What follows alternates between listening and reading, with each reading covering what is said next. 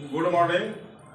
मैं डॉक्टर राजकुमार से spectrum IS class में एंथ्रोपोलॉजी स्पेशली 66वीं BPSC मेंस के लिए सिलेबस का आज हम लोग डिस्कशन करेंगे। एंथ्रोपोलॉजी कितने भागों में है, प्रीवियस क्वेश्चन है उसको ध्यान में रखेंगे और जो संभावित प्रश्न है उसको ध्यान में रखेंगे, जो पैटर्न है लिखने का आंसर उसको ध्यान में रखेंगे। तो पहले हम एंथ्रोपोलॉजी के बारे में जान लें कि है क्या। एंथ्रोपोलॉजी, एंथ्रोपोस का मतलब मानव से संबंधित है और लोगस या लॉजी का मतलब स्टडी होता है, अध्ययन होता है या विज्ञान होता है। यानी दोनों शब्द को जोड़ा जाए तो मानव का विज्ञान, मानव का विज्ञान। अब इसको मानव विज्ञान भी कहते हैं, मानव शास्त्र भी कहते हैं, नृविज्ञान भी कहते हैं। एंथ्रोपोलॉजी को अंग्रेजी वर्ड है।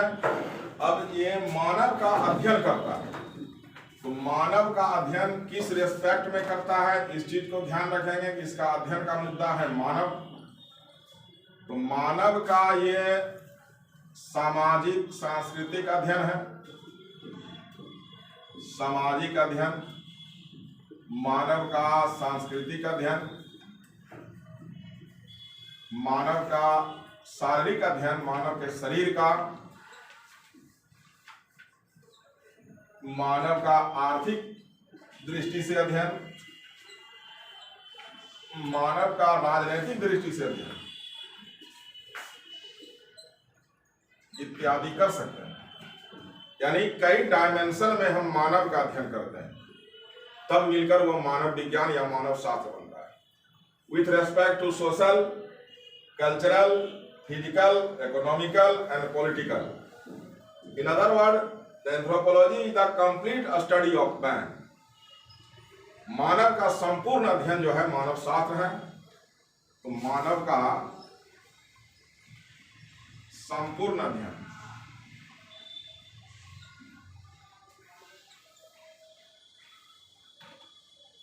अब सामाजिक अध्ययन में मानव समाज के बारे में जानकारी लेंगे।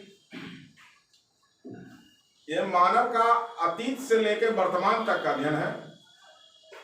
यहां तक कि हम फॉसिल हिस्ट्री का भी अध्ययन करते हैं। मानव के पूर्वज का अध्ययन करते हैं। अब होमोसेपियंस,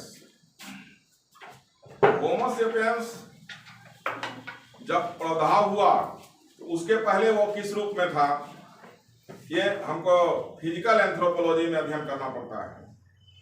और उद्विकास एक चैप्टर है, इवोल्यूशन, जिसमें हम उसके विकास के क्रम को देखते हैं कि मानव का जो पूर्वज थे, अब उस पूर्वज में ड्रायोपाइथेकस, उससे भी पहला इतिहास, ड्रायोपाइथेकस, ऑस्ट्रेलोपाइथेकस, रामापाइथेकस, सीवापाइथेकस, निएंडरथल, होमो इरेक्टस के बाद होमोसेपियंस का फॉसिल आने लगेगा, क्रो-मैग्नन, ग्रिमाल्डी और चांसलेट। तब जाके आज का मानव जो हम लोग हैं होमोसेपियंस, सेपियंस उसको कहा जाता है वर्तमान संदर्भ में। तो हम इतिहास लेंगे, आर्कियोलॉजी लेंगे, फॉसिल हिस्ट्री लेंगे, प्राचीन से जाएंगे। तो जो सिलेबस है सिस्टमैटिक समझेंगे कि मान लीजिए हम उद्विकास पढ़ रहे हैं, जो फिजिकल एंथ्रोपोलॉजी का सब्जेक्ट है शारीरिक का, तो उस उद्विकास क्या है पहले ये कॉन्सेप्ट हमको लेना है कि what do you mean by evolution.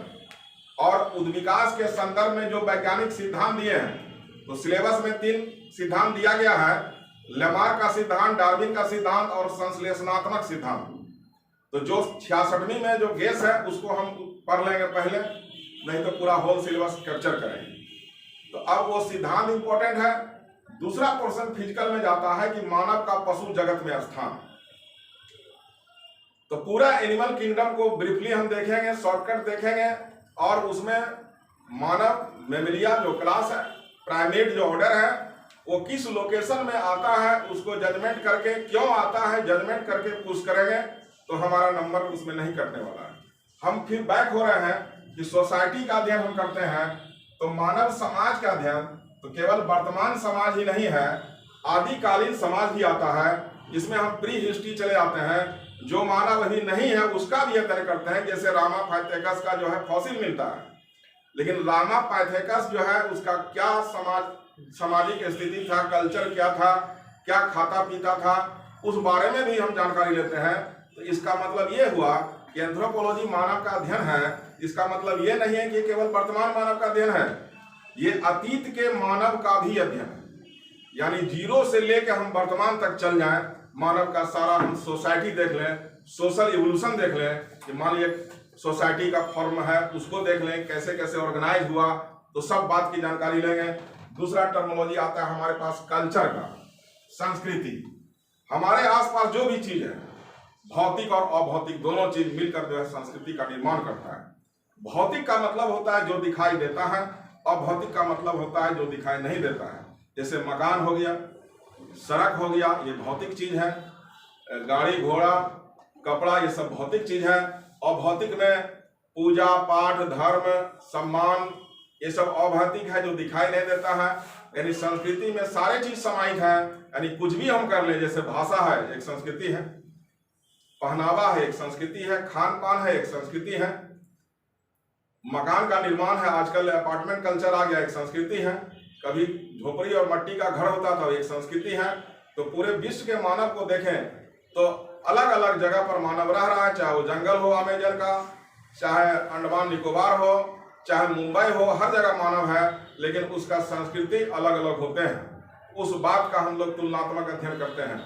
और मानव में खास करके जो जनजातीय समाज है वो प्राचीन काल से ही रह रहे हैं, इसलिए मानव शास्त्र में जनजातीय संस्कृति पर विशेष फोकस दिया गया है। इसलिए कि उसी संस्कृति का डेवलप रूप हम लोग हैं और बेसिक चीज वही है। इसलिए यदि इवोल्यूशन हम संस्कृति का पढ़ते हैं तो पहले जीरो लेवल से जहां संस्कृति स्टार्ट हुआ उसको देखते हैं, तब ये कॉम्प्लेक्स संस्कृति की बात हम करते हैं, तो हमारा कॉन्सेप्ट क्लियर हो जाता है। उसी प्रकार शारीरिक हम हल्का बता दिए हैं। आर्थिक मानव में देखते हैं कि मानव का जो आर्थिक क्रियाकलाप है, तो जब मानव प्रभाव हुआ तो सबसे पहले शिकार करना शुरू किया। हंटर एंड गैदरर सोसाइटी का शुरुआत हुआ था। सबसे पहले शिकारी जीवन व्यतीत करता था। शिकार करने के बाद एग्रीकल्चर का शुरुआत हुआ। उसके बाद तरह तरह के व्यवसाय आने लगे। और मॉडर्न यदि हम आ जाएंगे तब मान लीजिए कि इलेक्ट्रॉनिक प्रोफेशनल है, IT प्रोफेशनल है, तरह तरह का प्रोफेशनल आज के डेट में है। तो वो व्यवसाय हम जीरो लेवल से वहीं से देखेंगे। यानी आर्थिक क्रियाकलाप, तो पहले का आर्थिक क्रियाकलाप सिंपल था, वस्तु के बदले वस्तु का विनिमय था। लेकिन आज जो है विनिमय का कॉम्प्लिकेशन हो चुका है, चेक ड्राफ्ट ऑनलाइन पेमेंट आ चुका है। तो जीरो लेवल से भी हम देखेंगे सिंपल वे में, उसका भी एक उद्विकास हुआ। मैंने हर जगह उद्विकास का एक क्रम लगा हुआ है। राजनीतिक यदि हम जाते हैं, समाज में संगठन है। अब जनजातीय समाज को हम देखेंगे तो उसका प्रधान मुखिया होता है। कहीं उसको मुंडा बोलते हैं, कहीं और नाम से जानते हैं। वो मुखिया के पास न्यायपालिका, कार्यपालिका, व्यवस्थापिका तीनों प्रकार का शक्ति होता है। ग्राम पंचायत का कंसेप्ट होता है और वो हर परिवार जो उसमें रहते हैं उसके विवाद का निपटारा जो है वो मुखिया के द्वारा किया जाता है। लेकिन यदि उससे हम आगे बढ़े कि राजतंत्र आया, गणतंत्र आ गया, तो अब जो है कॉम्प्लिकेशन बढ़ते गया कि आज हमारे पास संविधान है, उसमें लिखित कानून है। और कानून इतना कॉम्प्लिकेटेड होता जा रहा है कि उसको समझने के लिए एक विशेषज्ञ की आवश्यकता होती है। कानून को एक समान आदमी नहीं समझ सकता है। अब कानून विशेषज्ञ को हम लाते हैं कि बताइए इसके बारे में क्या कहना है। तो जनजातीय कानून को देखेंगे तो एकदम सिंपल कानून होता है कि यदि किसी का हत्या कर दिया गया तो उसके बदले हत्या होता है, चोरी का ये सजा रखा गया। लेकिन आज का कानून का कॉम्प्लिकेशन ज्यादा हो गया, मतलब कानून भी जो है सिंपल से कॉम्प्लेक्स की ओर गया, यानी उसका भी इवोल्यूशन हो गया। हर चीज इवोल्यूशन के दौर में है, डेवलपमेंट हो रहा है, विकास हो रहा है। तो ये कॉम्प्लेक्स सोसाइटी इसको बोलते हैं हम, जो वर्तमान सोसाइटी है। फिर हम रिलीजन ले सकते हैं, धर्म। तो शुरुआती में जब धर्म का स्टार्टिंग हुआ तो प्रकृति पूजा था, पहाड़ का पूजा, वृक्ष का पूजा, नदी का पूजा, सूर्य तारा का पूजा, चंद्रमा का पूजा। लेकिन धर्म आजकल काफी कॉम्प्लिकेटेड हो चुका है। अब किसी भी धर्म ग्रंथ को समझने के लिए एक विशेषज्ञ की आवश्यकता होती है, जो बीच बीच में प्रवचन चलते रहता है, ये प्रसंग है, ये प्रसंग है, क्या कह रहा है। एक आम आदमी उस ग्रंथ को नहीं समझ सकता है। तो सिंपल सोसाइटी में धर्म काफी सिंपल, कि प्रकृति का पूजा, पहाड़ का पूजा कर दिए, हल्का सा बलि दे दिए, जादू टोना का उसी में कॉन्सेप्ट आ जाता है कि जो सुपर नेचुरल पावर है उसको खुश रखना जरूरी होता है। लेकिन सुपर नेचुरल पावर आज भी कॉन्सेप्ट में है, लेकिन उसका कर्मकांड जो है काफी कॉम्प्लिकेटेड है, जो एक सामान्य व्यक्ति नहीं समझ सकता है। यानी धर्म भी जो है उद्विकास के क्रम में चला गया। तो सारा चीज जो कॉम्प्लिकेशन हुआ वर्तमान सोसाइटी, जिसको हम कॉम्प्लेक्स सोसाइटी भी कहते हैं, और जो आदि समाज है उसको सिंपल सोसाइटी, सरल समाज कहते हैं। तो जनजाति जो है वो सरल समाज के व्यक्ति होते हैं। तो सरल समाज का अध्ययन हम इसलिए करते हैं कि आज का जो कॉम्प्लेक्स सोसाइटी है उसके बारे में हम इजीली जान जाए। कॉम्प्लेक्स सोसाइटी में जो प्रॉब्लम है उसको इजीली जाने और उसका निपटारा जो है करें इजीली, सिंपल सोसाइटी को समझ कर। तो एंथ्रोपोलॉजी में यही काम किया जाता है कि सिंपल सोसाइटी यानी जनजातीय समाज पर ज्यादा फोकस किया जाता है। फोकस करने का सेंस ये होता है कि वर्तमान में जो कॉम्प्लिकेशन हमारे समाज में है, चाहे वो आर्थिक रूप से हो, धार्मिक रूप से हो, सामाजिक रूप से हो, उसके निपटारा में इस अध्ययन का एक रोल होता है। बात को समझ गए? तो अब हम इस एंथ्रोपोलॉजी को सिलेबस के रूप में लेकर चलते हैं कि कैसे कैसे इसका सिलेबस है। तो जो आपका सिलेबस है, तो 3 सेक्शन में ये एंथ्रोपोलॉजी है। आप लोग रफ नोट करते जाएंगे कि अभी आज केवल डिस्कशन हो रहा है। 3 सेक्शन में एंथ्रोपोलॉजी का सिलेबस है। पहला सोशल यानी सामाजिक मानवशास्त्र, दूसरा फिजिकल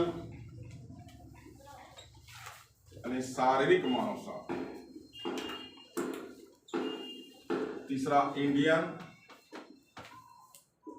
भारतीय मानवशास्त्र। 3 सेक्शन में है।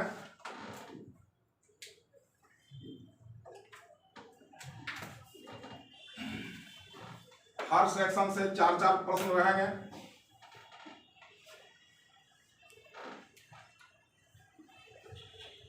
और 2-2 प्रश्न का आंसर देना है।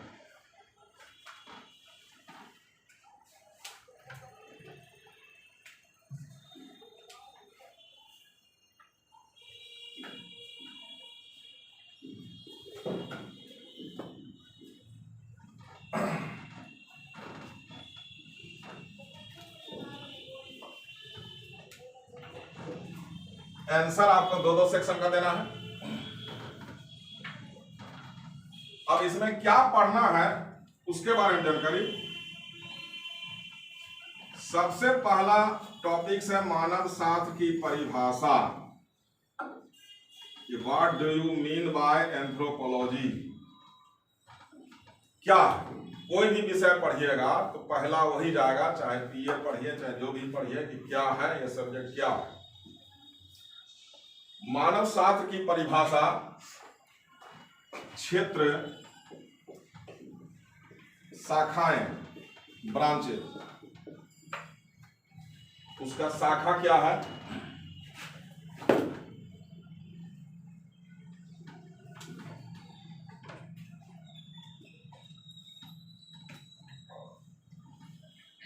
अन्य विज्ञान से संबंध,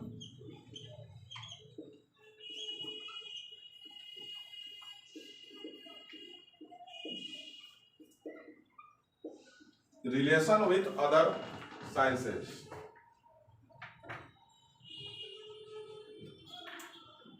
अन्य विज्ञान संबंध, जैसे इतिहास से क्या संबंध है, समाजशास्त्र से क्या संबंध है, राजनीतिक विज्ञान से क्या संबंध है।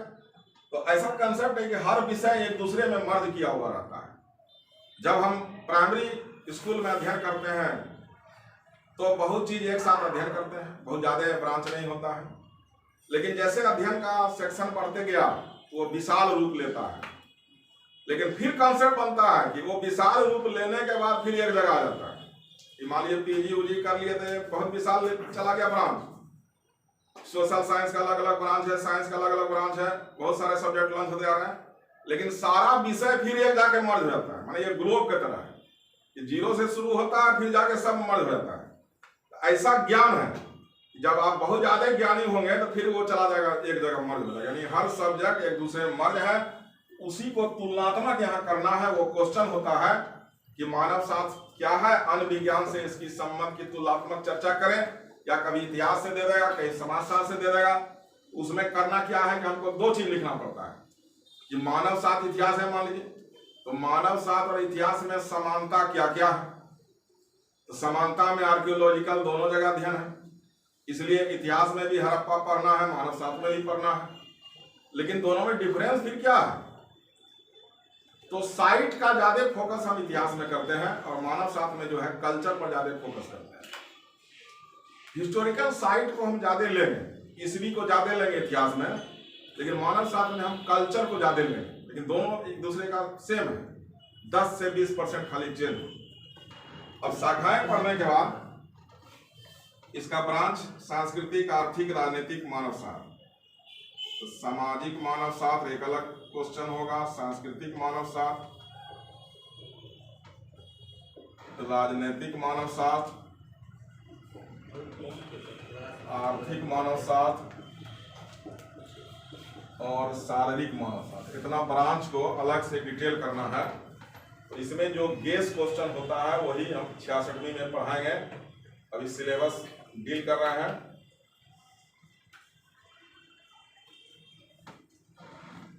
तब जाके सोशल पोर्शन का टॉपिक आएगा विवाह।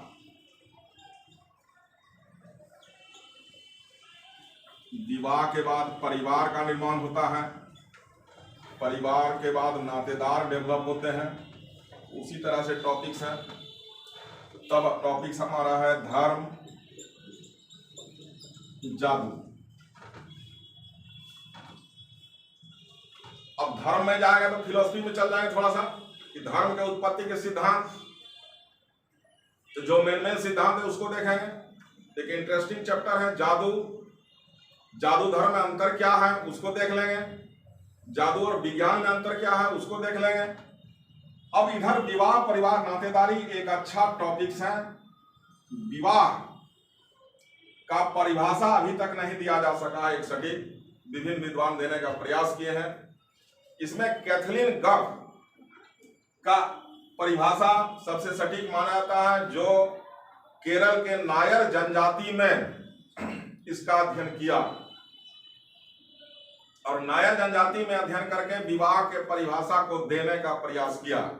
तो नायर जनजाति का विवाह हम देखेंगे काफी कॉम्प्लिकेटेड है। तो विवाह केवल एक स्त्री पुरुष का सम्मिलन है ऐसा नहीं है। पुरुष पुरुष विवाह भी कई सरकार मान्यता दिया है, समलैंगिक विवाह मान्यता दिया है, या एज का बात है तो एज का भी कोई ऐसा बात नहीं, पूरा वर्ल्ड का समाज हम देखेंगे। तो इस तरह से एक सटीक परिभाषा इसका देना संभव नहीं होता है। तो उसको हम क्रिटिकली जो है कि डिस्कस करेंगे। परिवार सीधा है परिभाषा, प्रकार और आधुनिक परिवेश में परिवार का बदलता स्वरूप एक अच्छा क्वेश्चन है कि वर्तमान परिवेश में या आधुनिक परिवेश में परिवार के जो स्वरूप में चेंजिंग आ रहा है उसकी चर्चा करें। सोशल टॉपिक्स है, नातेदारी है, टर्मिनोलॉजी आएगा, उसको सीधा डील किया जाएगा। धर्म के उत्पत्ति के सिद्धांत के बारे में चर्चा करेंगे, जादू के बारे में जानकारी लेंगे, दोनों में अंतर कर देंगे तो ये टॉपिक हमारा क्लियर हो जाएगा। उसके बाद कुछ जनजाति का अध्ययन लेना है तो मोटा मोटी आपका सोशल एंथ्रोपोलॉजी का ये टॉपिक्स है। 66वीं वाले जो है वो जो गेस क्वेश्चन है उसी को पढ़ेंगे, जो फाउंडेशन है वो टोटल पढ़ेंगे। अब दूसरा मुद्दा हमारा आ जाता है फिजिकल। क्योंकि हम जैसा कि बताए थे कि मानव शास्त्र जो है मनुष्य का कंप्लीट स्टडी है, सामाजिक दृष्टि से भी और शारीरिक दृष्टि से भी। इसमें हम लोग ये देखते हैं कि मनुष्य का शरीर जो है वो किस प्रकार प्राणी जगत में अलग हुआ और कैसे कैसे विकास करके वर्तमान तक पहुंचा। अब उस समझने के लिए कुछ विद्वान का सिद्धांत पढ़ना पड़ता है, जिसमें सबसे पहला सिद्धांत है लेमार्क। उद्विकास के क्षेत्र में सबसे पहला योगदान देने वाले वैज्ञानिक थे लेमार्क, और उसके बाद डार्विन ने दिया।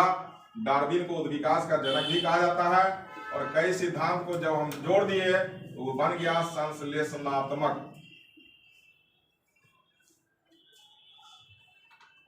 लेमार्क पढ़ेंगे, उसको कमेंट करेंगे, उसका नेगेटिव पॉइंट क्या है। तो कमेंट करने के बाद लेमार्क जो है आज भी प्रासंगिक है। तब सिद्धांत आता है नव लेमार्कवाद, न्यू लेमार्किज्म। अब जैसे मेडिकल के क्षेत्र में लेमार्क का उपयोगिता है, जैसे लेमार्क ने दिया था use and disuse of organs. समझते हैं इस सब चीज को कि अंगों की उपयोगिता अनुपयोगिता एक चर्चित सिद्धांत है लेमार्क का, कि जिस अंग का जीव ज्यादा उपयोग करता है उसमें वृद्धि हो जाता है, नहीं करता है धीरे धीरे विलुप्त हो जाता है। जैसे मनुष्य में पूंछ नहीं होता है, विलुप्त हो गया, लेकिन अवशेषी के रूप में प्रेजेंट है।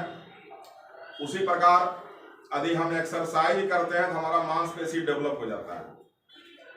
उसी प्रकार यदि हम दिमाग का ज्यादा यूज करते हैं तो हमारा आईक्यू लेवल बढ़ जाता है। तो ये जो पढ़ने लिखने का दौर है, जो आप पढ़ रहे हैं, प्रैक्टिस कर रहे हैं, इसको आर्टिफिशियल इंटेलिजेंसी कहा जाता है। आर्टिफिशियल इंटेलिजेंसी लेमार्क के सिद्धांत पर है कि हम आपको पढ़ाते हैं, होमवर्क देते हैं, टेस्ट लेते हैं, दिमाग का प्रैक्टिस आप ज्यादा करते हैं तो आपका दिमाग अन्य की अपेक्षा विकसित होता है। लेकिन इसका अपवाद भी है कि जैसे हम आँख का ज्यादा यूज करेंगे तो आँख खराब हो जाएगा, वो अलग चीज है, फिर देखेंगे हम इसको। लेकिन लेमार्क का कई चीज जो है पॉजिटिव है। एक किडनी को दान दे दिया जाए तो दूसरा किडनी का आकार डबल हो जाता है, ये सही है। तो इसको हम कंप्लीट नहीं काट सकते हैं, तो उसमें जो नेगेटिव पॉइंट है उसको हटा दें, जो पॉजिटिव है उसको रखें, तो उसी को नव लेमार्कवाद कहते हैं। उस पर शॉर्ट नोट्स होता है। तब जाके हम डार्विन पढ़ें, प्राकृतिक चयन का सिद्धांत, सर्वाइवल ऑफ द फिटेस्ट का सिद्धांत इसने दिया था, स्ट्रगल फॉर एग्जिस्टेंस का सिद्धांत दिया था कि हर जीव जीने के लिए संघर्ष करता है, उस संघर्ष में जो कामयाब होता है वही सर्वाइव करता है, सर्वाइवल ऑफ द फिटेस्ट। तो ये कंपटीशन उसी का चीज है कि सब जो है संघर्ष कर रहे हैं, दिमागी संघर्ष, लेकिन कामयाब कौन होगा, जो इनमें सबसे फिट होगा। अनफिट वाला भाग जाएगा, पीछे चला जाएगा। ये जीने का संघर्ष हर जीव करता है, चाहे वो बैक्टीरिया हो चाहे वो मनुष्य हो। 24 घंटा हम लोग संघर्ष करते हैं। जब मान लीजिए कोरोना वायरस आया तो जिसका एंटीबॉडी निर्माण हो गया वो फिटेस्ट हो गया, जिसका नहीं निर्माण हो पाया, कई आदमी का डेथ हो गया, पूरे दुनिया में देखा जाए तो लाखों में चला गया। तो डार्विन का कहना है कि संघर्ष हर जीव करता है, हर मनुष्य जो है एंटीबॉडी निर्माण का प्रयास किया होगा उसका शरीर, लेकिन जो सक्षम हो गया वो बच गया, नहीं सक्षम हुआ चला गया। तो डार्विन कह के चला गया कि सभी स्ट्रगल करते हैं लेकिन उसमें कुछ सरवाइव करते हैं, ज्यादा जो है रिजेक्ट हो जाते हैं। तो वो बताएंगे डिटेल हम जब डार्विन पढ़ाएंगे। अब डार्विन का भी कमेंट आया, तो कमेंट के बाद जो हटा के हम ले जाएंगे तो नव डार्विनवाद आ गया, जो पॉजिटिव है केवल। अब तब आ गया अभी ये मॉडर्न में सिंथेटिक थ्योरी, संश्लेषणात्मक, मतलब जितना भी पॉजिटिव सिद्धांत है उसमें हम जेनेटिक्स को भी ले जाए, जीन का कॉन्सेप्ट ले जाए, तब जाके इवोल्यूशन का चर्चा करें। तब वो संश्लेषणात्मक मैंने संश्लेषण मैंने कई चीज को जोड़ के प्लस करके, चाहे लेमार्क हो, डार्विन हो, जेनेटिक का कॉन्सेप्ट हो, सबको जोड़ के एक जगह कर दिए, तब उसी सिद्धांत को क्या कहेंगे, संश्लेषण। समझ गए बात को। मानव का उत्पत्ति उद्विकास एक चैप्टर है, मानव का उत्पत्ति एवं उद्विकास, origin and evolution of man. मानव का पशु जगत में स्थान, मानव का उत्पत्ति कब हुआ, यदि काल के दृष्टि से देखा जाए, कहां हुआ, लोकेशन देखा जाए पृथ्वी पर, कब हुआ, कहां हुआ, क्यों हुआ, 3 प्रश्न है। तो कब हुआ उसका जवाब है प्लीस्टोसीन पीरियड, लगभग 15 लाख वर्ष पूर्व, जिस समय हिमालय पर्वत का निर्माण हो रहा। डिटेल करेंगे बात में कहाँ हुआ, तो इसमें कंट्रोवर्सी है। कुछ विद्वान जो है अफ्रीका बोलते हैं, कुछ भारतीय स्थल को देते हैं शिवालिक पहाड़ी, चंडीगढ़ के हरिताड़िया गांव में, जहां रामापाइथेकस का जो है फॉसिल मिला। तो कुछ विद्वान भारत को मानव का उद्गम स्थली कहते हैं। जावा में मिला, जावा में, चाइना में मिला, पेकिंग में, तो मध्य एशिया आ गया वर्ड। अब हमको उस कंट्रोवर्सी में नहीं पढ़ना है। जो स्टडी आया है मटेरियल, यानी व्यू है, अफ्रीकन व्यू है, इंडियन व्यू है, जावा चाइना व्यू है। तो हम एक क्वेश्चन होगा कि भारत को मानव का उद्गम स्थली कहा जाता है, चर्चा करें। इसमें केवल भारत ही नहीं लिखना है, आपको अफ्रीका, चीन, इंडोनेशिया सब लिख देना है, लेकिन उसको फोकस ज्यादा भारत को कर देना है कि ये फॉसिल के कारण यहाँ पर माना जाता है। बात को समझ गया? वो एक लिटरेचर टाइप का क्वेश्चन होगा, चिंता उसमें नहीं करना है। मानव का पशु जगत में स्थान एकदम साइंटिफिक क्वेश्चन है, नंबर नहीं कटेगा। कि पूरा एनिमल किंगडम का ग्राफ हम बनाएंगे। एनिमल किंगडम को दो भाग में बांटेंगे, कॉर्डेट, नॉन कॉर्डेट। अब कॉर्डेट में वर्टिब्रेट है, जो रीढ़धारी प्राणी बोलते हैं, और रीढ़धारी प्राणी में मछली, उभयचर, सरीसृप, पक्षी और स्तनधारी है। स्तनधारी में आ जाइएगा तो स्तनधारी में 3 तरह का स्तनधारी है, प्रोटोथेरिया, मेटाथेरिया, यूथेरिया। यूथेरिया को वास्तविक स्तनधारी कहते हैं, जिसके अंतर्गत प्राइमेट आता है। प्राइमेट का एक विशेष लक्षण होता है। तो क्या लक्षण है प्राइमेट का? तो दोनों आंख जो है सामने होता है, जिसको बाइनोकुलर विजन कहा जाता है। अन्य जानवर में ऐसा नहीं होता। गाय भैंस देखिएगा, एक आंख इधर है, एक आंख इधर है। बाइनोकुलर विजन के कारण हमको किसी वस्तु को देखने में काफी सटीकता महसूस होती है। इसलिए औजार का निर्माण शुरू हुआ, शिकार का काम शुरू हुआ। बाइनोकुलर विजन भी एक मुद्दा है। दूसरा है कि अंगूठा जो है समकोण बनाता है। ऑपोजिबल थंब अंग्रेजी वर्ड है। ये 90 डिग्री का कोण जो है अंगूठा बनाता है इस उंगली के साथ, जिसके कारण औजार को पकड़ने में जो है सुविधा होती है। यदि 5 उंगली एक लाइन में हो तो देखिए कोई चीज पकड़िएगा दिक्कत होगा। उसके बाद जो नाखून है वो चपटा हुआ। अन्य जानवर में नाखून चपटा नहीं होते हैं। चपटा नाखून होने के कारण औजार पकड़ने में सुविधा होता है। इरेक्ट पोस्चर, जो रीढ़ का हड्डी है वो सीधा हुआ। बाइपेडल लोकोमोशन, 2 पैर पर चलना शुरू किया। अन्य 2 पैर पर नहीं चलते हैं, चौपाया होते हैं, चारों यूज करते हैं। हम लोग भी चौपाया से ही निकले हैं। उसका सबसे अच्छा उदाहरण है कि जब हम लोग चलते हैं तो देखिएगा कि हाथ ऐसे करते हैं, कोई जरूरत नहीं है। यानी पूर्वज जो है जमीन पर हाथ रख के 4 पैर से चलता। अभी आनुवांशिक लक्षण हम लोग में है कि जब चलेंगे तो ऐसे करेंगे, तो चौपाया का लक्षण है। लेकिन हम लोग बैलेंस कर लिए, रीढ़ का हड्डी सीधा हुआ तो बाइपेडल लोकोमोशन हुआ। ये सब मानव का आते आते कैरेक्टर बन गया, जो प्राइमेट से स्टार्ट हुआ है। प्राइमेट में माता शिशु निर्भरता ज्यादा होती है, सेंटिमेंट। कि मनुष्य को देख लें तो मनुष्य को वयस्क होने में 20 साल लगता है, लेकिन 20 साल वो माता के सेंटिमेंट में रहता है। इसलिए सेंटिमेंटल अटैचमेंट सबसे ज्यादा किसी जंतु में है, वो होगा मानव। और उसी सेंटिमेंटल अटैचमेंट के कारण ही सोसाइटी यानी समाज का डेवलपमेंट हुआ है। वो चर्चा आगे करेंगे। अब सोसाइटी के डेवलपमेंट में कुछ बायोलॉजिकल फैक्टर भी है कि जैसे हम एक देश के निवासी हैं, एक राज्य के निवासी हैं, एक जिला के निवासी कहीं मिल गया, एक परिवार का आदमी मिल गया, ज्यादा सेंटिमेंट होगा। तो सेंटिमेंटल क्यों? तो मनुष्य में हाइपोथैलेमस जो है सबसे ज्यादा विकसित होता है। हाइपोथैलेमस ही जो है वो सेंटिमेंट जो है उसको डेवलप करने का काम करता है। तो इस प्रकार फिजिकल जो है वो मनुष्य को बनाने में मदद किया। इस हेडिंग के बाद अगला हेडिंग हो जाएगा फॉसिल यानी जीवाश्म। मान लीजिए हम बताएं कि इस प्रकार का पूर्वज था, तो साइंस में कोई भी चीज का एविडेंस होना चाहिए कि क्यों था, कैसे कह सकते हैं। उसका फॉसिल मिला है जगह जगह। तो फॉसिल क्या है? जीव जंतुओं के वैसे अवशेष जो पत्थर के रूप धारण कर चुके हैं, और ये पत्थर सेडिमेंट्री रॉक या अवसादी चट्टान या परतदार चट्टान होते हैं।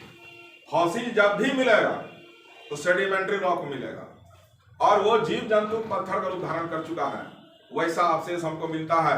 तो उस समय का वो कहानी कहता है। अब मान लीजिए रीढ़ के हड्डी, दांत का स्ट्रक्चर से हम जानते हैं कि वो शाकाहारी था कि मांसाहारी था, क्लियर ग्राफ हम मिल जाता है। रीढ़ के हड्डी से हम जान जाएंगे सीधा चल रहा था कि नहीं चल रहा, कैसे चल रहा था। आजकल कंप्यूटर से एनिमेशन करके उसको कंप्लीट कर लिया जाता है कि क्या पोजीशन रहा होगा। तो फॉसिल में इतिहास काफी पहले से है। ड्रायोपैथेकस से हम लेते हैं, मान लीजिए तो ड्रायोपैथेकस, ऑस्ट्रेलोपैथेकस, रामापैथेकस, ये सीरीज आपको याद रखना पड़ेगा। रामापैथेकस के बाद निएंडरथल आ गया, होमो इरेक्टस आ गया, क्रो-मैग्नॉन, ग्रिमाल्डी चांसलेट, ये सब होमो सेपियंस के रूप में आ गया।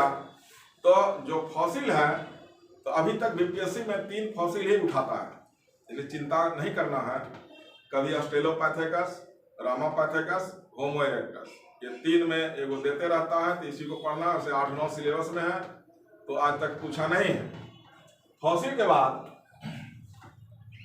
जेनेटिक्स में आनुवांशिकी एक चैप्टर है। जेनेटिक्स क्या है, इसका शाखा, ये सब इंट्रोडक्टरी हम पढ़ेंगे। उसके बाद इसमें जो बर्निंग टॉपिक्स आएगा वो मेंडल के नियम, ये इंपॉर्टेंट। मेंडल के नियम। अब मेंडल ने मटर के पौधे पर अपना अध्ययन किया और कुछ रेशियो का नियम दिया। मेंडल ने मटर पर नियम दिया, लेकिन वो आज के डेट में किसी भी जीव जंतु में लागू होता है, चाहे वो बैक्टीरिया हो चाहे मनुष्य हो। इसलिए मेंडल को आनुवंशिकी का जनक कहा है। सीधा सीधा उसका एक्सपेरिमेंट हम देखेंगे, 2 एक्सपेरिमेंट, एक मोनोहाइब्रिड है, दूसरा डायहाइब्रिड है। एक्सपेरिमेंट देखने के बाद उससे क्या निष्कर्ष निकला, तो नियम बन गया। नियम देखने के बाद उसका उपयोगिता देखेंगे, मेंडल का क्या था, उसका अपवाद भी देखेंगे। इस तरह से मेंडेलियन जो है अध्ययन हमारा समाप्त हो जाएगा। जो क्वेश्चन है उसको देख लेंगे। लास्ट एक टॉपिक्स और बचता है फिजिकल एंथ्रोपोलॉजी में, जिसको प्रजाति या रेस कहा जाता है, ये भी इंपॉर्टेंट है। प्रजाति से क्या समझते हैं, सीधा सा प्रश्न। जाति अलग वर्ड है, यहां प्रजाति है। तो प्रजाति एक जैविकीय अवधारणा है जो मनुष्य के शारीरिक लक्षण पर निर्धारित होता है। अब एक प्रजाति का लोग कई कंट्री में रह सकता है, कई जाति में हो सकता है, उससे कोई मतलब नहीं है। जो शरीर है उसका बनावट, केस का बनावट, आंख, नाक, लंबाई, कपाल का लंबाई चौड़ाई, मुख का लंबाई चौड़ाई, सबको स्ट्रक्चर देखने के बाद एक प्रजाति का डिटर्मिनेशन होता है। भारत एक ऐसा देश है जहां कई प्रजाति रहते हैं, इसलिए मजुमदार ने भारत को प्रजातियों का अजाब घर कहा। कारण है कि प्राचीन काल से ही भारत में विभिन्न देश के लोग आए और यहां पर बस गए। शक, हून, मंगोल, अरब, मुगल, कुषाण आते गए, बसते गए और यहाँ के जनसंख्या में मर्ज हो गए। यहाँ पर कोई विशुद्ध प्रजाति नहीं बचा है। भारत जो है मिक्सिंग ऑफ रेस हो गया है। लेकिन वर्तमान संदर्भ में यदि पूछता है तो यहाँ मंगोल प्रजाति का कैरेक्टर ज्यादा देखने को मिलता है। इसलिए मंगोल का सबसे इंपॉर्टेंट कैरेक्टर है कि उसके आंखों में इपिकैंथिक फोल्ड पाया जाता है। बिहार के निवासियों में भी इपिकैंथिक फोल्ड प्रेजेंट। मध्य एशिया से मंगोल भी आए थे, हम मर्ज कर गए, तो मिक्सिंग ऑफ रेस है। मिक्सिंग कहाँ नहीं हुआ, तो अंडमान निकोबार के जनजाति में मिक्सिंग नहीं हुआ। कारण है कि अंडमान निकोबार हमेशा से अलग थलग रहा है, मुख्य जनसंख्या से वो इंटरेक्शन नहीं हुआ है। उसी प्रकार सेंटिनेलियन द्वीप जो है अंडमान में, वहां पर 20-22 के जनसंख्या में जो रहता है जनजाति सेंटिनेलीज, उस टापू के नाम पर है। वहां पर जाना जो है प्रोहिबिटेड है भारत सरकार के द्वारा। तो वो शुरू से ही अलग है। वो ऐसा जनजाति है जो किसी भी आदमी को अपने टापू पर प्रवेश करने नहीं देता है, जाता है तो उसको मार देता है। तो वहां मिक्सिंग का सवाल नहीं होता है, प्योर वैरायटी है। ऐसा माना जाता है कि सेंटिनेलियन जो है वो 50 से 60 हजार से वर्ष से उस टापू पर लगातार रह रहे हैं, वो प्योर हो। लेकिन भारत का जो प्रजाति है मिक्स है। तो प्रजाति क्या है एक प्रश्न होगा। दूसरा प्रजाति वर्गीकरण। अब प्रजाति वर्गीकरण में विश्व के प्रमुख प्रजाति एक चैप्टर है, दूसरा है भारत के प्रजाति। तो भारत के प्रजाति वर्गीकरण में कई विद्वान हैं, रिजले, हट्टन, गुहा, लेकिन बीपीएससी का जो ट्रेंड है तो एक बार रिजले एक बार गुहा, तो उस ट्रेंड को लेके हम चलेंगे कि रिजले पूछा तो इस बार गुहा है। आपके पास ऑप्शन भी रहता है, इसलिए चिंता नहीं करना है, क्योंकि 4 में 2 है। अब ये फिजिकल एंथ्रोपोलॉजी जो कंसेप्चुअल है, नंबर ज्यादा आता है, इसमें आप 85% नंबर आराम से ला सकते हैं यदि सिस्टमैटिक ढंग से लिख दीजिएगा। एकदम मैथमेटिक्स की तरह है, कंसेप्चुअल है, नंबर कटने का सवाल नहीं है। तीसरा भाग हम जाते हैं भारतीय मानव शास्त्र, इंडियन एंथ्रोपोलॉजी, जिसमें प्री हिस्ट्री से शुरू होता है, पाषाण काल। अब पाषाण काल जीएस में भी आप पढ़े हैं, हिस्ट्री वाले भी पढ़े हैं। पाषाण काल को 3 भाग में बांट दिया गया है। अब ये पाषाण वर्ड बना क्यों?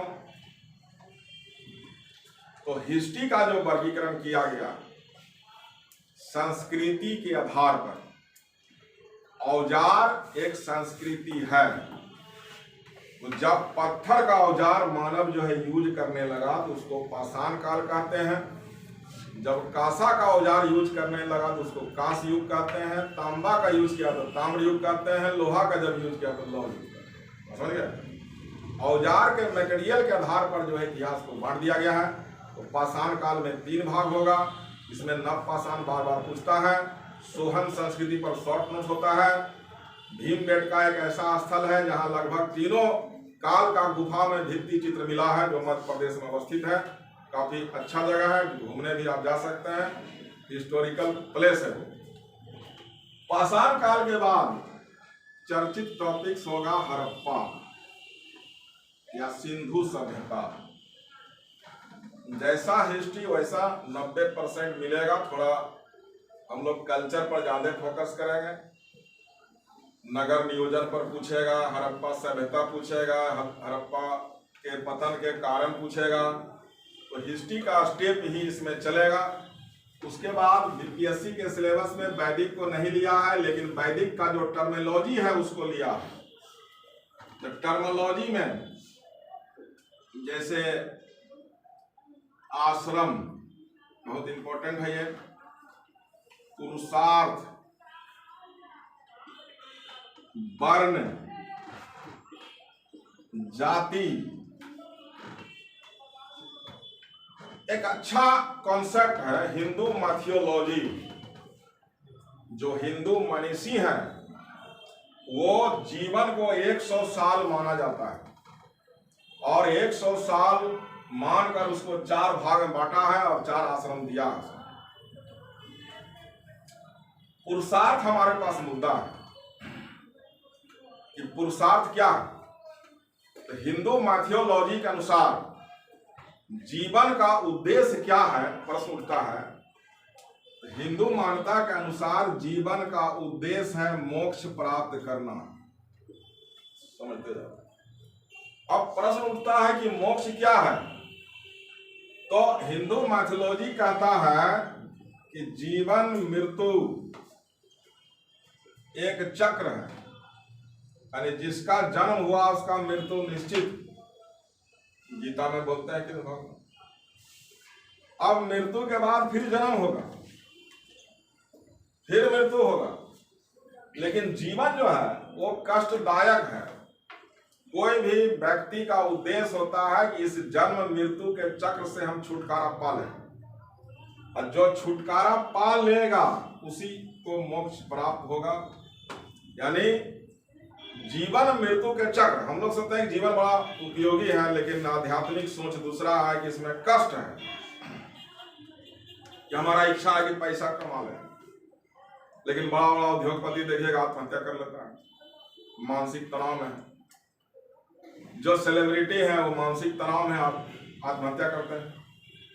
तो एक आत्महत्या का डाटा है कि जो पढ़े लिखे लोग हैं वो ज्यादा आत्महत्या करते हैं, और उसमें भी अंग्रेजी बोलने वाले ज्यादा आत्महत्या करते हैं। कभी ये नहीं देखिएगा रिक्शा ठेला वाला आत्महत्या कर लिए, तो अब मानसिक तनाव ये है कि हम ऊंचाई पर जाना चाहते हैं तो तनाव ज्यादा है, उस चीज को आदमी एक्सप्रेस जल्दी नहीं करता है, उसका एंडिंग होता है सुसाइड, यानी वो खुश नहीं है जीवन से, जबकि सारा चीज मौजूद है उसके पास। तो ये एक टेंडेंसी है मनुष्य का कि हम एक चीज अचीव कर लेते हैं फिर अगला पर टारगेट कर लेते हैं कि मान लीजिए 4 व्हीलर ले लिए तो लगेगा कि बगल वाला बहुत बिजोर लाया गाड़ी, अब दिमाग लगाने लगे कि उससे बढ़िया हम कैसे ले आए, 2 साल 4 साल में दिमाग टेंशन लेंगे, मतलब मानसिक तनाव। तो ये टेंडेंसी है। तो अब मोक्ष में हमको जाना है कि ये कष्टदायक चीज है, इसको छुटकारा चाहिए। छुटकारा पाने के लिए आश्रम व्यवस्था लागू किया गया, 4 भाग में बांटा गया 25-25 साल, और जो ईमानदारी पूर्वक इस चारों अवस्था को पूरा कर लेगा उसको मोक्ष का प्राप्ति हो जाएगा। जो चारों अवस्था पूरा कर लिया वो पुरुषार्थ को पा लिया, और जिसको पुरुषार्थ हो गया उसको मोक्ष हो गया। जैसे बोलते हैं पुरुषोत्तम राम, मतलब पुरुषार्थ की प्राप्ति हुआ उसको। यानी आश्रम व्यवस्था एक डिसिप्लिन है जो अपने जीवन को संयमित बनाकर, टारगेट हमारा है कि पुरुषार्थ को प्राप्त करें, और पुरुषार्थ प्राप्त होने के बाद मोक्ष की प्राप्ति होगा।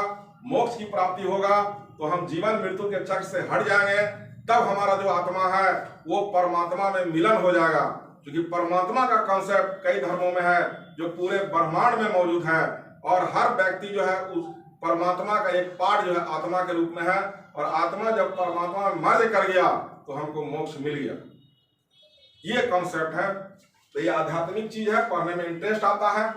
वर्ण हम लोग देखेंगे कि वैदिक काल में सबसे पहले काम के आधार पर वर्ण व्यवस्था लागू हुआ, और वर्ण व्यवस्था बाद में चलकर जाति व्यवस्था बदला, और जाति व्यवस्था बाद में चलकर जातिवाद में बदला, जो कि आज तक लागू है। जातिवाद का मतलब होता है जब जातियों में ऊंच नीच का भेदभाव हो जाए तो उसको जातिवाद कहा जाता है। तो जातिवाद पर जीएस में भी प्रश्न हो गया कि राजनीति का जाति से संबंध स्थापित करें, तो वो एंथ्रो में भी पढ़ना है। जाति के बाद यहीं पर हम डिफिनेशन वाला टॉपिक ले लेंगे, जनजाति, इसका डिफिनेशन लेंगे। जाति जनजाति में क्या अंतर है वो ले लेंगे, तब जाके टॉपिक्स आएगा मेरा लघु परंपरा और बृहत परंपरा, लिटिल ट्रेडिशन और great tradition.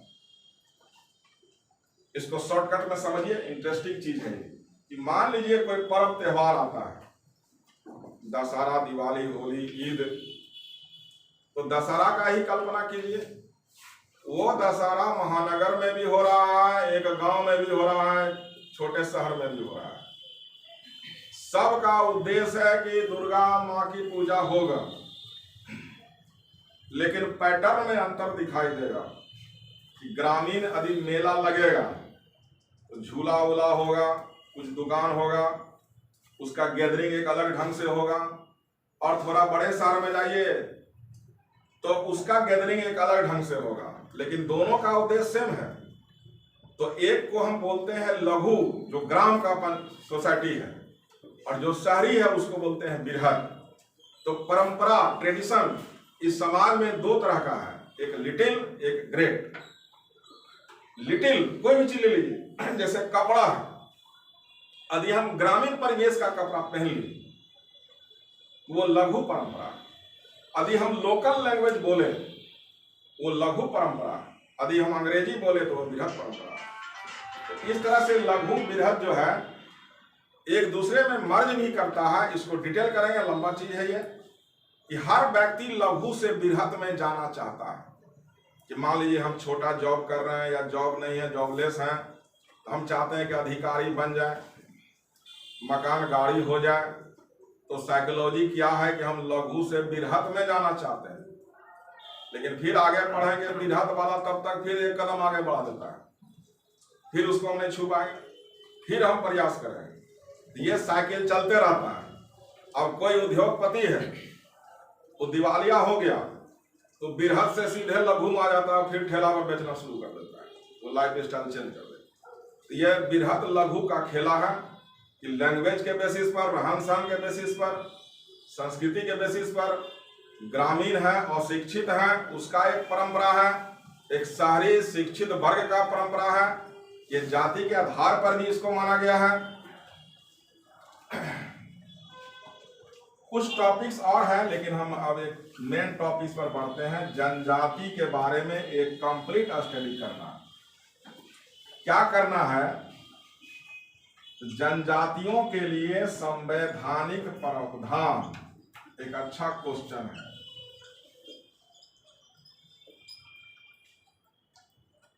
Constitutional remedies for scheduled tribe, मतलब हम आर्टिकल जो पढ़ते हैं, मान लीजिए संविधान का भाग है और उस भाग के तहत आर्टिकल है, तो कौन सा आर्टिकल जो है जनजाति से संबंधित सुरक्षा प्रदान करने का बात करता है, वो सब आर्टिकल को एक जगह लिख देना है। जैसे मान लीजिए छूआछूत 17 नंबर पर ध्यान चला जाए, अवसर की समानता है, कुआं पर जाने से मना करने वाला बात है, सार्वजनिक स्थल पर जाने से मना करने वाला बात है, से लेकर जितना भी जनजाति से संबंधित आर्टिकल है, तो करीब 16-17 ऐसा आर्टिकल है जो जनजाति के रेस्पेक्ट में बनाया गया है।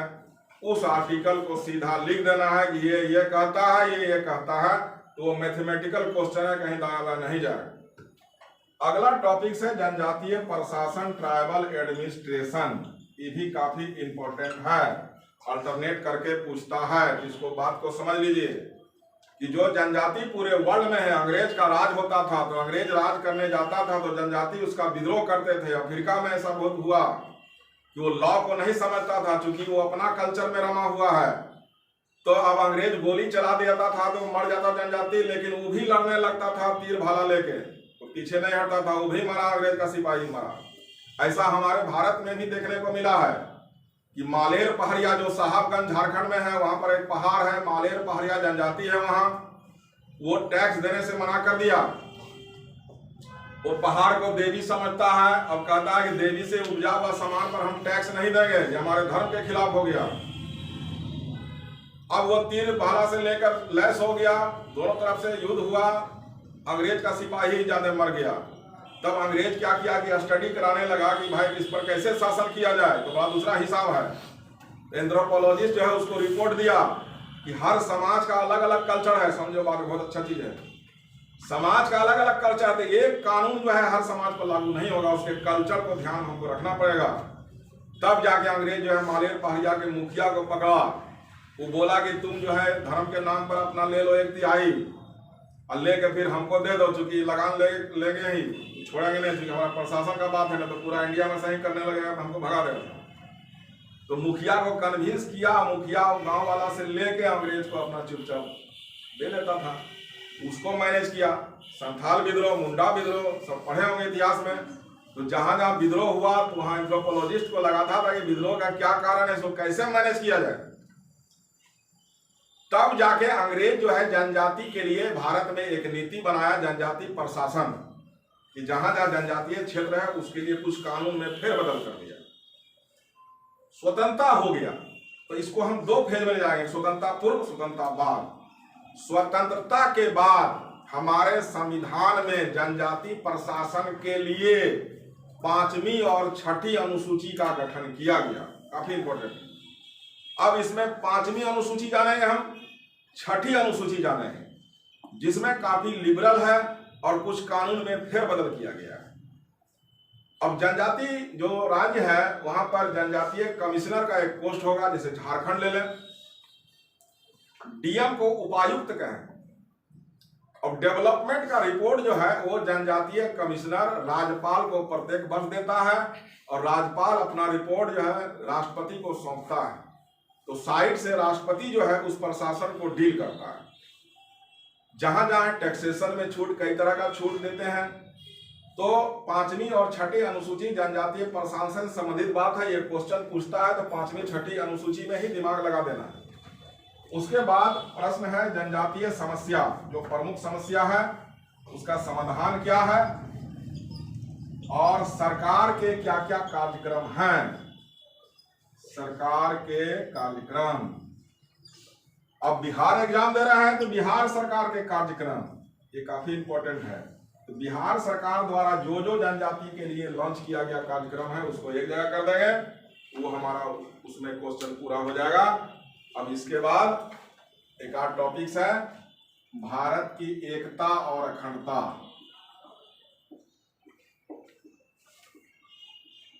ये जनरल टॉपिक्स हो गया। उसके बाद अस्पृश्यता करके छोटा टॉपिक्स है, ये काम हमारा खत्म हो जाता है।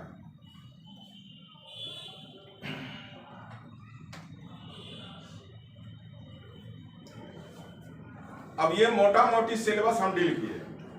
बीपीएससी का ट्रेंड रहा है जो पिछला पूछता है लगभग नहीं पूछता है, और हर सेक्शन में शॉर्ट नोट्स होता है। तो जो जो हेडिंग हम पढ़ते हैं वहां पर जो शॉर्ट नोट्स आएगा तो उसको हम चिन्हित करेंगे। यहाँ हम पढ़ाएंगे मटेरियल, स्टडी मटेरियल है, और वीकली टेस्ट जो है लिया जाएगा। जो संभावित प्रश्न है तो आप जो समझे मेमोरी में लिए तो उसका एक्सप्रेशन भी जरूरी होता है कि आप किस प्रकार जो है उसको लिखते हैं।